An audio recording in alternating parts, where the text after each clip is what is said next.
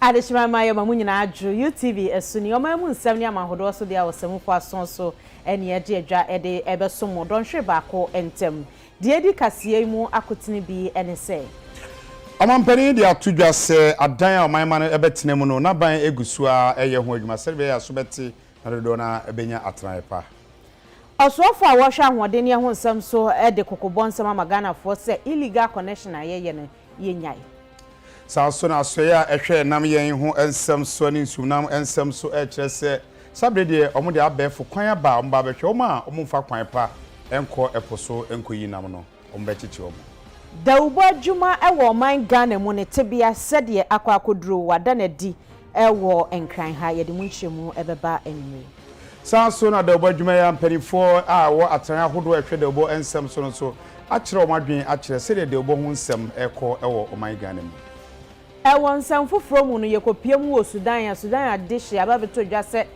sete ekum nipa kum na ekoso amu gugu montene so ama nipa no edwane wo namro mu saa wei ene nsem bi na nwure yatena se no nsia bremu kasebo ewo UTV so ayede ebremu ne yede ensem yi ba midin ede anim ado mene ama sapon kuma jesi afe yeran sura ne yedi kan akọ omampani nana adodankwa ekufuado Ghana mampani Ghana PSC yekọ na so ye na nei wodi dwuma bi ewo enkran mantem ha na no eno de nsem atudwa se apolisifo atena ye sanso eno man Ghana ma atena ye bebi ebenya atena ne aye adwuma bebi ebenya atena na yasum atumi adweye no ohwe adi ho dwuma se ne be ya oman atena ye anase dan ho nsem no ebekoyi no man ba bia enya bebi pa atumi atena. The facility is made up of 514 one- and two-bedroom self-contained flats, of which 322 have been completed and ready for occupation.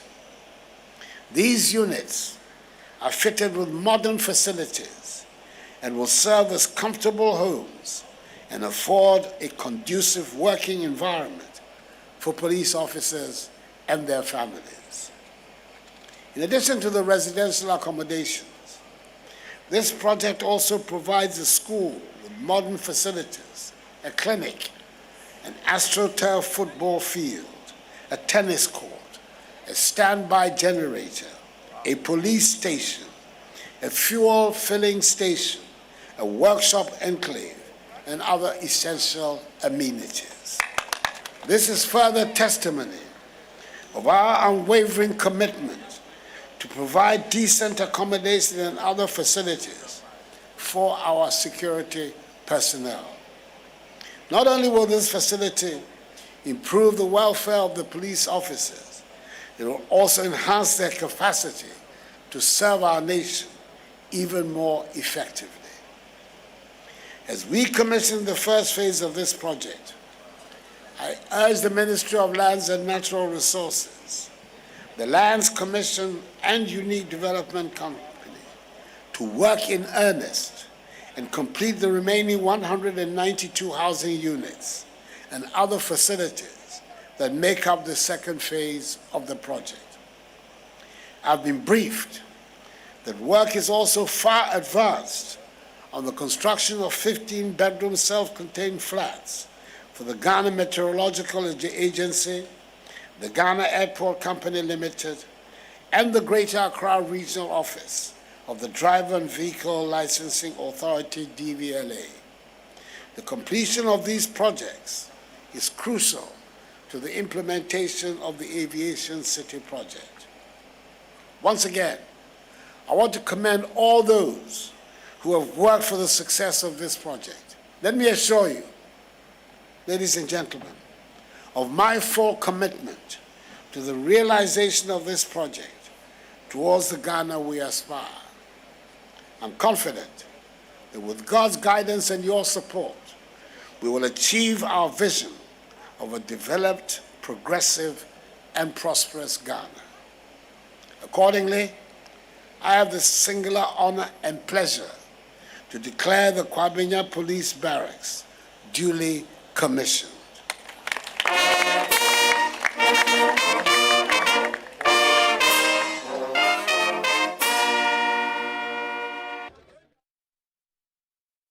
Oswafo a wɔhwɛ ahoɔden ye ɛho nsɛm so onimonyamfo Dr. Matthew Opoku Prempe de kokobonsɛm ama Ghanafoɔ sɛ enyinam nkania na yɛtwe a enamra kwan so no yɛnhwɛ na yɛnyai ECG adwuma ikoni mpenifo gu na probo a obo e de wura nwumanwuma mu ahwɛ hu ni sɛ obi bia de wonka no obetwa won sika de amomo na wɔkɔ no Oswafo wɔ no ne da ho ne da so yɛ no ano onimonyamfo Matthew Opoku Prempe ebo anan edi wonachi wa bro nwumanwuma hoduo mu no ɛna onimonyamfo ne kasa de atodwa sɛ Ghana ni ba mapabia na yɛsɛ ɔman yi wani so de hunu ɛna adi hiadeɛ sɛ ɔman ne somo akonesa hoduo so no onso befa kwan bi so na wa ɔman no so anya so mfaso enyina monkane no yisu a na watua na adwuma ikoni so anya sika ɛda bo mbra sɛ bosome akana bosome ɛna ECG for no man kanea ɛma ne ba yɛ fiem ne adwuma mu ɛyɛ omadwe sɛ nkrofo ɛdeka no ɛne car sika wɔkam no nso egu ECG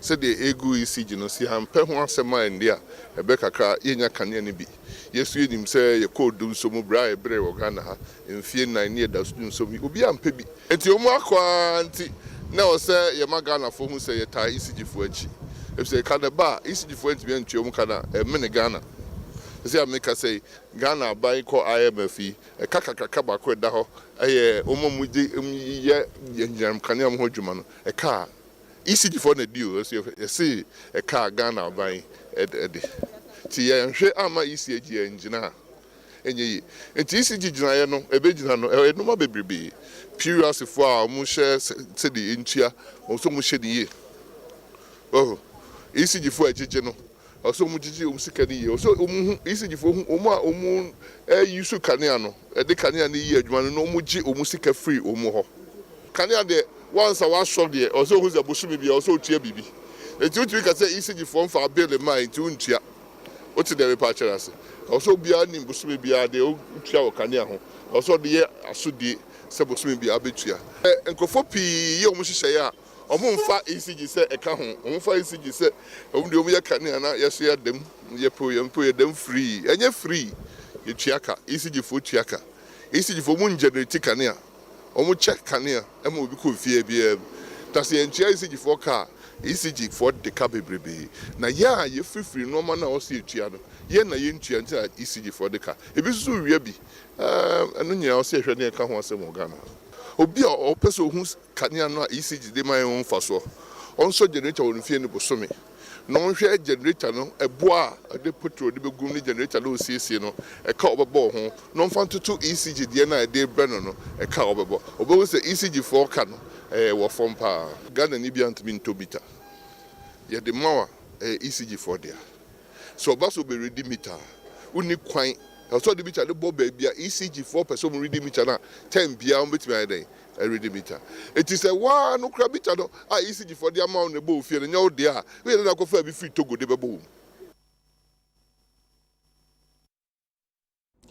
ye to so na yekọ atifido akwa kopie mu ewo Tamale South constituency ho na mra bedwane ogina ho edema amanfo honorable Harina Idrisu de nsem atodwa se na nsen ebede adwa se Tamale Secondary School no nsem bi ekopie mu se Tamale Secondary School baby ankola ne bi eda no sebe baby a na ejaye nan no mude aye dormitory ne no na oba be kirem se ensem no enkyeremu wom na ne de obi afa ne phone na wadam century no de nsem bi ekomontin so a na enkyeremu no enye saa na tie na aspa ba bedadwa no enye se mo de nkwala no akoda so mo na ho na mum ewo sede empanifo ahye ne se o boxes ne ade bi no mfa nkosi ho na mum enye se ho eno mo da nti nsem no se de ba montin so a yenkyeremu ye na enkosai obi adwuma enche bebri na mfonyi bi epiedia na ekyerese kokopie mu e Ghana Senior High School a ejana bia wo school no me ho ena disuafo bi oda enam so e ma Ghana Education Service e de krata pie monten so e de fa ho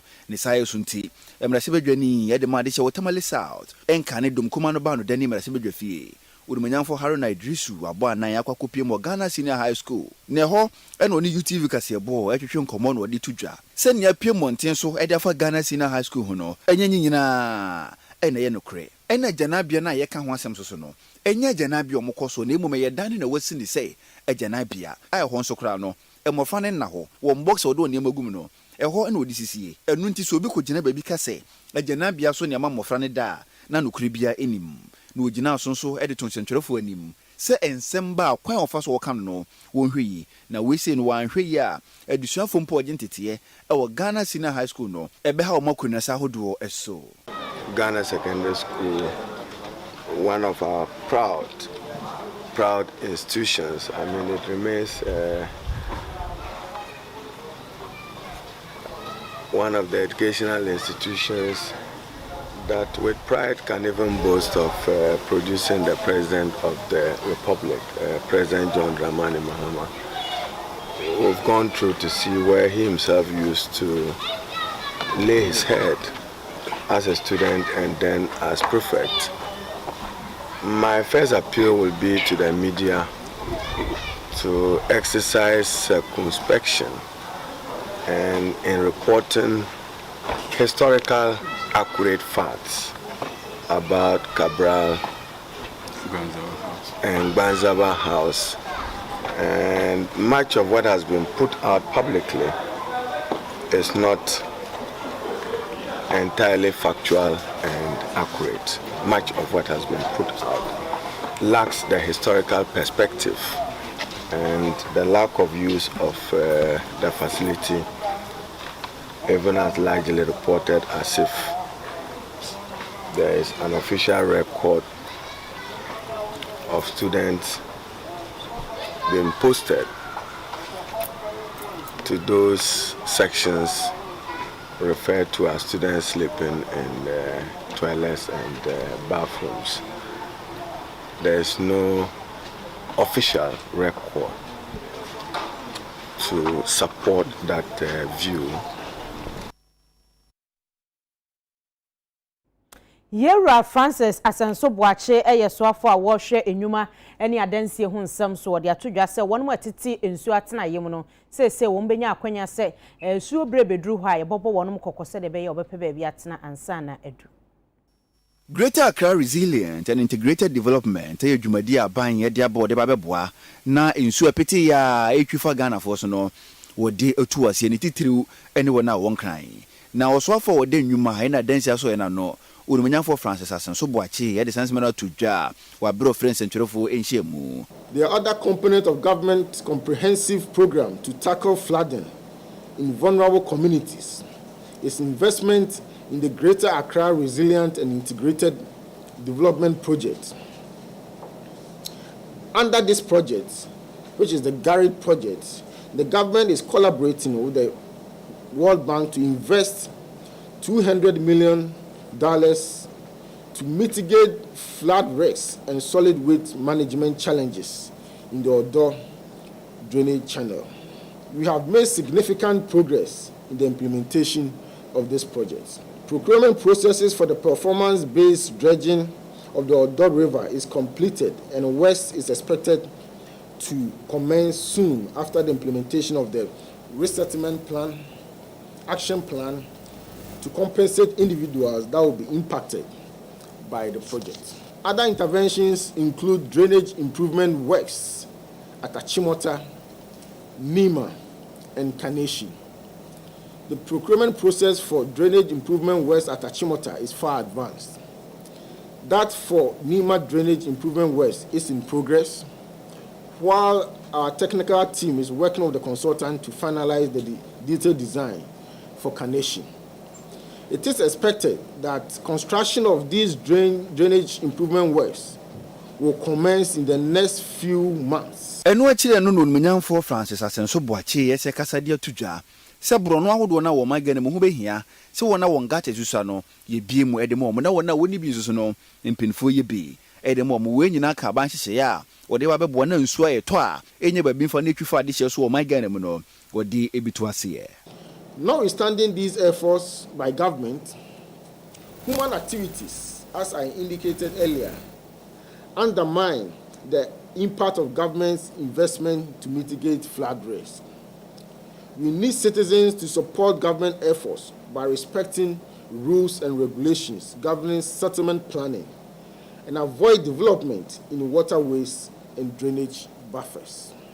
On our part, we will continue to collaborate with the Ministry of Local Government, Decentralization and Rural Development and the Ministry of National Security to ensure that waterways are free of buildings that block the drainage channels and cause flooding in our communities. I hereby humbly call on our chiefs, community leaders, civil society groups, and the media to support government's efforts in controlling flooding in our country. We can all do so by highlighting incidents of construction on waterways so appropriate state authorities could act promptly, and by educating the public on dangers of building in waterways and improper disposal of solid waste. Kwa so ya ehwe nsuomnam ene ne yen eso Ministry of Fisheries and Aquaculture Development so no de nhihye bia aba America man no eboa na afei omode nhihye no ahwese omode suhyen akese ekopo so ekoyinam se tunane ade no omode ahwe so ombefa kwantin so na omode adumdwuma esanse bi mo ha omokopo anam no oyidi opena de ompe no wagya agupo no mu enema ensem fata yede nkane ada na matne ade ede kopo no so koye nwuma no eno no mkyese omba behwe a omode mfidie foforo ba bebo suhyen ho a okwa de obeye bia no ede omanim ombehu de woye mkyese dwumadie yi omoye se na beye enkosi afe 2025 no afi oman behu kwan a ode enam yie ene ho nsem ebesi na tumi akoyie abo Mavis Hawa Kumsi no ana da so ya no de sansem yi etudwa e wotema habo na sa isolation of the cameras and then ebeye say ya mi kese mi say VMS and AIS but my yentumi enhu real time activities but with the installation of the electronic monitoring system no no say be me da me paso kra me tumi fa me phone na ma scroll na ma hwe activities are ekoso epono so and apart from say eboy my yetumi monitor the activities and I say dwumadi a afare for no mu use trawler edi we epono so no yes etumi de bo omo ho ban because any na wa ha na me say last year was the last 2 years we yet is na pirate activity bi ewo ensuo no so global positioning conservation of land and water omoni we mu ni na carbon nti omu taking you through a lot of training as how to use the equipment say na betumi di djuma ama ayese na wo say ye no apart from that so no ye stakeholders consultation edwuma na ye nko an ye in fact ye ne afare for no controller for no edi nkitahudie ansana miensan edi omo vessel ma say ye mfa camera no sisi so na ye mfa pilot face no apart from no so ye ne outsiders so di nkomo omo ne MCS Fisheries Commission staff meeting omo kire omo say no mo be handle data bi a omo benya and as information ba wo be then watumi transmit information no to others and data collection nini na they are taking us omo taking it through that training no and nothing na Emma program no e could do up to December na pilot phase na ye dey camera na be sisi dey just 6 months busumi nsia te busumi nsia ni e koso no na ye so ye koso ye sa training winti ye wie bibia na afi by December na ya ba betenase na ya ye mpese mu so ade na ye no deba ade na etochima chima be na eto wo hefa then e wo say ye me o ma wo say ye de ka ho ne wo say ye yifiri mu ye be sa discussion wo round table na afi ya started the real implementation. We hope the cameras would detect pirates rushing to our vessels, because if these cameras are fixed and we cannot get those informations or get that response coming that we are going to be attacked, so I can raise alarm for the Navy, then I think they have to go back, get cameras who can do both, because you cannot just be doing fixing cameras just to make sure that maybe we are doing a wrong thing or doing a right thing, but it should also help in our locating or determining or identifying pirates attacking vessels. So the ministry and industry will be very good. As industry today, as we speak, some information before this camera is coming to take place, we are not aware of some information on board the vessel. When observers bring information, we don't have them. So now it is clear we are all going to see it, and we all deliberate on that. Mpanyinfo ya sramo na yato nkraba sisia.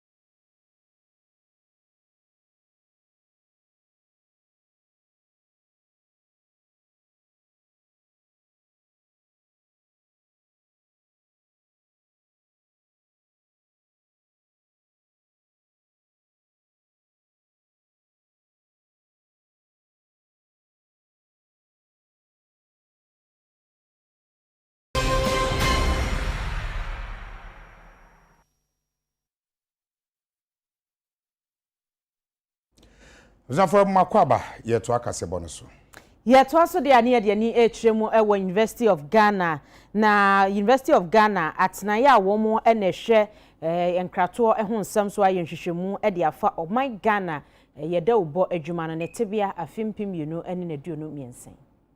Atena ye suan kitahudie communication studies University of Ghana so aponu mu ene hwehwemu bi asese so onyammoa e di firi America man atena ya ewo oman Ghana emu enchen.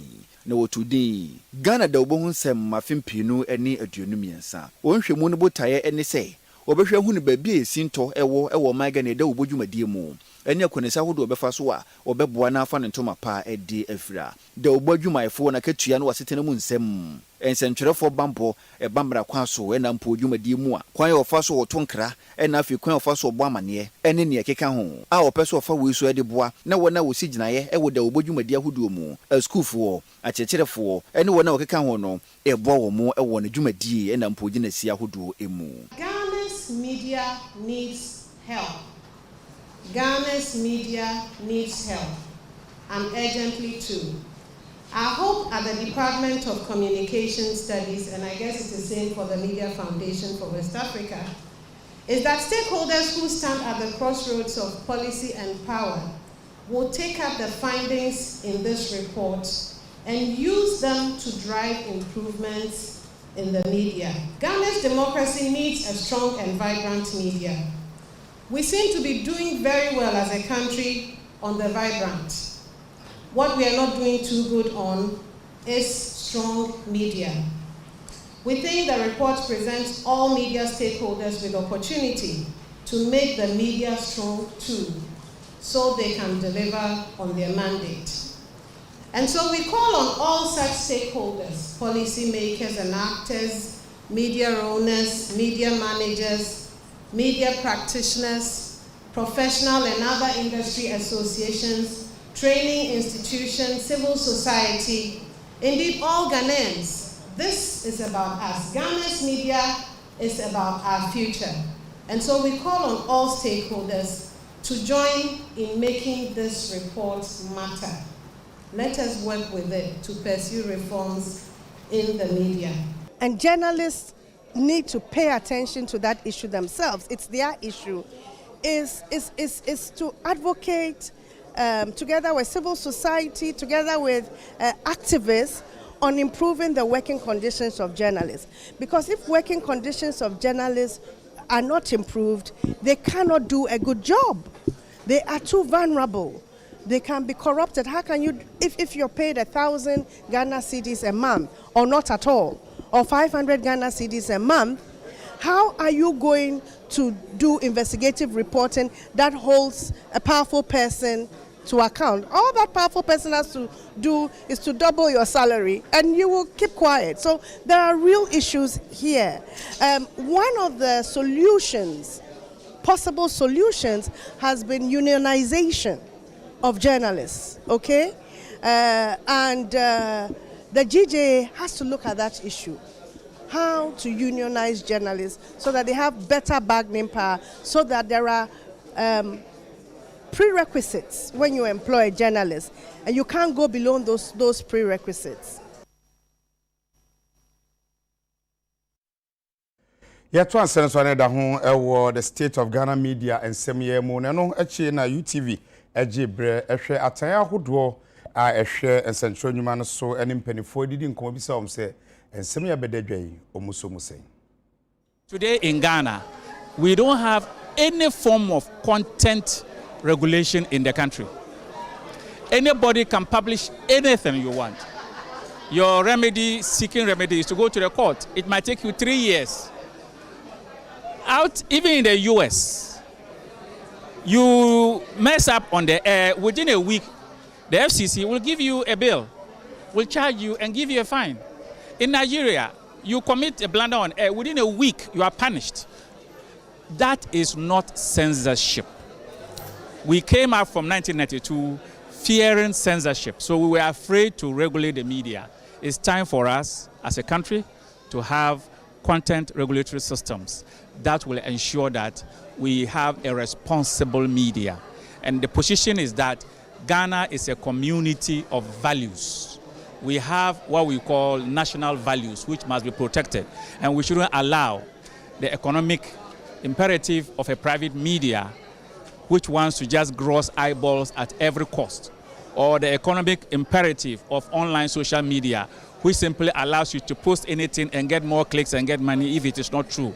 There must be quick remedies so that it will deter abuse of our media freedoms. Every new communications technology excites a certain fear in people. With all the evolution of technology, the book has still not disappeared. So what I say. As we speak, if you go to even the big tech companies, when they are signing agreements, they still sign agreements on paper. You understand? It is the same thing that is going to. So there will be evolution in the technology, but none of the technologies is going to die. So okay, internet, CCA, the cost of the devices, phone, no boarding. We hear your friend is saying electricity. Or the best charge phone, and you could be asking electricity in the so what I say. Data a boarding, so what I say. And if you put all these issues together, it is going to take time and son and the penetration of what you are describing as digital technology edru baby. And you can so be a man a yamshino. Nema was here tear once say and then say be aba. And how do we adjust ourselves to science and only idea here? The work of journalists now and no and I'll be sure the June administration the current GJ leadership no yede eniama atoto akwam na niama yede atoto akwam no ebi ne say ya launch the journalist support fund niama yede to akwam ne say ye be hwe na ya build the capacity, that's the professional development of journalists. Akokan isan say ye mu bebre no we need that we need to build that capacity in order to cope with the changing times. GJ ye to anamon any media impenifuo impenifuo ankrankra woda media djuma no wona kofa by for owners ye no mu bedin sanso ne ya hwe se aketua esefata esese de ma secho de be mom na wa ama wentua onsam churo ni eyia they are vulnerable because sabio onipa na akrefi fie se me ko adwuma ba no eso de bibi ko fie so de bibi ko fie dia na ni si ana na ni gina de obenya no bosome so na so onya hwede a ene ko no so no yakra obeje se meje na asasem na se me twist no na eko baby ufra me ye ne sa. That is what they spoke about vulnerability. Yeru akwasiam akwanta yesoafo a wohwe akwan ne akwantempo ho nsam so enne wakwa aprobo won kran ha akohwe akwan hodo binum a hye akontrata fonsa woye obia ni age because all the projects are yakosu na contractor for na ebo on home momodin ohwe flower pot overhead no a building across motorway akwa joining is Legon contractor for mienu na ye adwuma wo. You know, the main contractor now all year overhead, China Railway number 5. Adwuma ekoso wo ho no enya grokra any jesem every day, every single day bia obi a ofa motorway kwano so no utumi hu say yes contractor adwuma because every 24 hours bia progress. No, that is the type of construction you pay for Ghana. Because a contractor or capacity or determination or was seen the boss or Bayer Juma. No, it's clear. And another contractor, local contractor, our no so ye Juma, main construction, or no so mongo papa or ye. And no nam palace more and Nimohono. No, Juma a costu. If you call Tema motorway roundabout, and so one who Juma cost near rounds are Yakuna. The chairman said, so motorway roundabout, a year a Juma Japanese government at Daruma, one Amayan grant, the government and people of Ghana, one Amayan grant a year, so project, na a 3-tier interchange na ye build wo ho no first 2 tiers no de ye wie kra ma president a commission no na ban no na kate sort na a commission you know no campaign a ye no na ye different from campaign a wo sisi Kwani free school junction kwa akosi motorway no dual carriage road with service lanes 5.8 kilometers the nyina hwe enne adwuma contractor na etuma ya waye adwuma na dodro ufan se be 60 to 70% de waye aye wa reshim se week nkwewi na next week no obe start asphalt no nti se contractor no kwa wedi enim kan aye adwuma no ansa na afi be so no obe wi ama ya ebetumi anante quota so.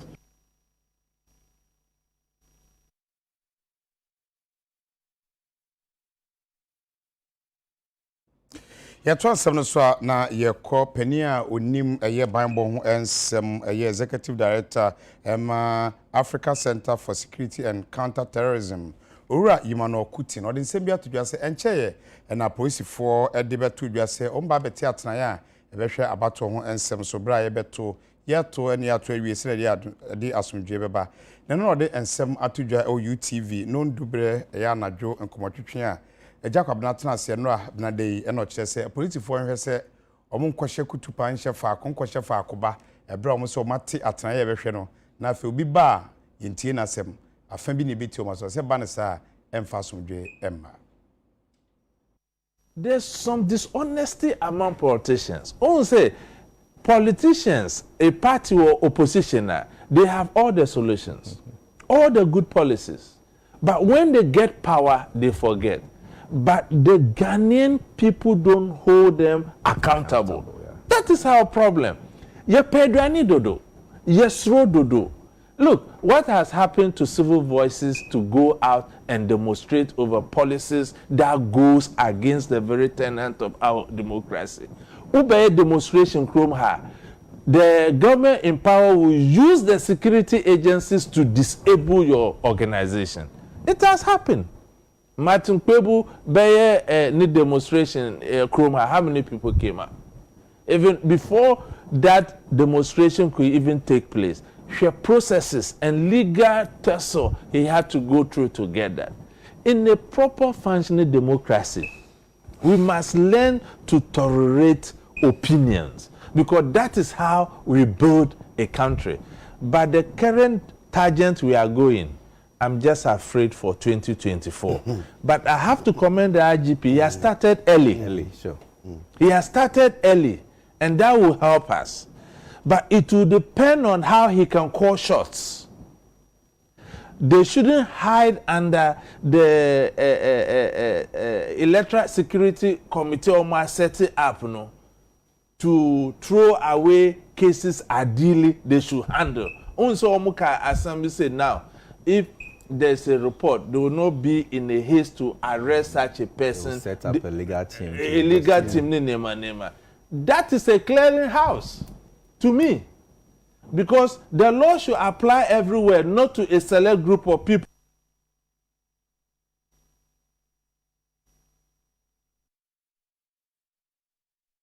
Yes, say ya hwe for na ya to nkra bio ye ba ye beto a nsem no so.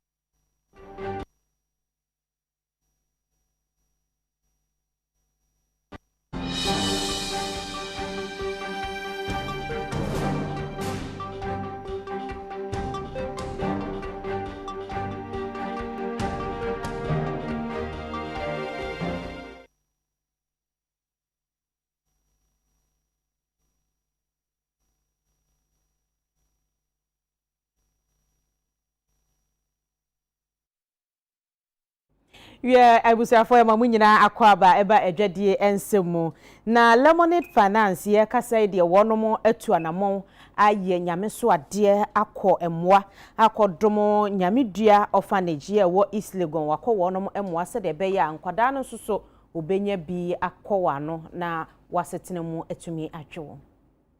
Lemonade Finance a cross border payment solution a Ghana de shefa so na nisika mane ho kitanwodie no wo mo edi na wotimi emmuna sika nso fra ma no ne ba bepiemu e wo my Ghana hanom a wode bre wona busuafo. Lemonade Finance dwumadie no namra kwan so tia se ofa honom na se wodi sika ema ne wabusuafo ana se wadofo a enya de obetua bibia e wo so. De hia ne se obe download omo app no na afi wa enter code no na wa send amount bia no apese wo send e wa bra untua charges bia ewo so. Lemonade Finance for anamomo da rubo anaso omo ambassador so eye di Lawrence Frempong manso adodo night time se ye friend delay ne nsa so amasabe o makwakoye adoye mapa e de amanya me do orphanage no won kran ye agency ye be adwuma to Ghana no na ye expect sa welcome na Ghana for the amaye no nti ho ne ka Ghana for age yatum o magiyeye ti den ye so e betimi aye back ama Ghana for nti ye ne mu ana me se me ye mother me wo ba nti na ye hwa enkra e wo needs nti de ben se be donate ama motherless babies home na ya boa wo mo no mo so etimi ahwe enkra no nti ye na me afraid delay na delay we ne pese you no so okay ni obeboa me na yaye e na ode e ba anyamejia ye ne nyamejia fo kasa ne se ne ene ye ba be ye party ama enkra no na ya mo enoma so kakra ni amomu sika kakra ni amomu no momu de be kosko mu de be sua de enso kakra na ewo mu ayesa beba ni esa ni o masa atena sibim ni asa ye fufu yesa another ade ayesa hyehyɛ ho aye no so yesa be ye for Ghana community no na ye de akere mo say ye ni aso all the money transfer apps are send this kaba Ghana Yankwan ye mark the best exchange rate daily. The bia ye rate na better than obia there. Yes, also ye in charge fee bia free. Enti se wo boss kan wo app on so. The obesa wo send no. Eno ana nipa no so emisabeka e wo Ghana currency mo wo Ghana. Ye ba se ye beboa na ye nya ahoto. Na ye ho ato ye na ye bre na ye ko amano ne se ye ko bre. Abeboa ye busuafo no anyekwa eno ahire ne ne Lemonade Finance wonmo da rubofo anase brand ambassador Eradi Lawrence Frempong manso delay etwetwe nkomo ema wode ensem bi se ekwade ama Ghana de hye de enti a obesere Ghana de hye se wonmo ebefa Lemonade Finance money transfer so na womo ade omusika mane ehudwa finance aye app a ugina so obetima gina so asend this ka wo abrochiaba Ghana has ya charges bia enka ho and also kra use promo code delay yes somehow cashback sika na we try yes somehow $10 back £10 sterling back and $10 Canadian dollars back and go for bebre buy ya kan ho asema o ma use o ma test o ma di ho adanse say correct. People should download the Lemonade Finance app. I want to tell them a very big thank you. This has been this year the greatest donation I ever had this year. I want Ghanaians to help me, equip these children very well, give them education, give them the necessary support so that in future we'll reintegrate them back into society. Then they can also be on their feet. They should have education, they should have life, they should get medical assistance, and then all that. Lemonade Finance, I want to tell them I'm grateful. The children are also grateful. Even Ghanaians seeing this will also be grateful that they've come to our aid.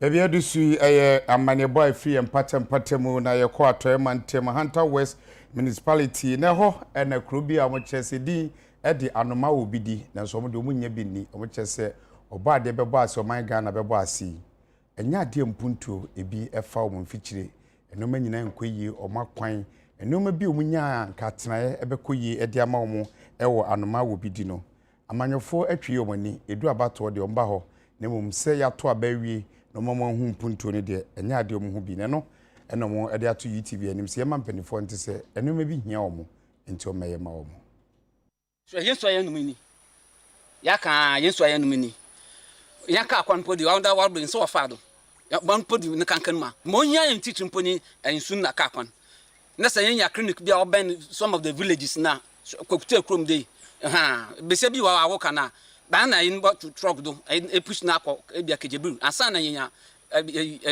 dem health center bi ka akwan no abobo ya ba ha bibiala entum nti so banchen ya na brother ya na chezi no wo se anoma wo biti teacher days ban webu na wala entum fa nyama mfa abobo ya budget 200 2 million for the kokum 2 million na ha de ba ha no ya questions na aha we bibia na ni hina bugo sulumu kanka we spray one pokra na ni hina bugo sulumu na eso ye ajugua so na ho kaka odama nti won bo modna ambo hen e kwan de nya kura e kwan de nya kura la yensu so ne hai pa e kwan no so nya kura wonya nya ma wo ha na obeso wo de kwa e ya na e tin just wo problem ma no sua de ko ansa wonya abobo ya na abafa ko minim so mo de ama contractor but e person de pressure no go no so no ye na tentem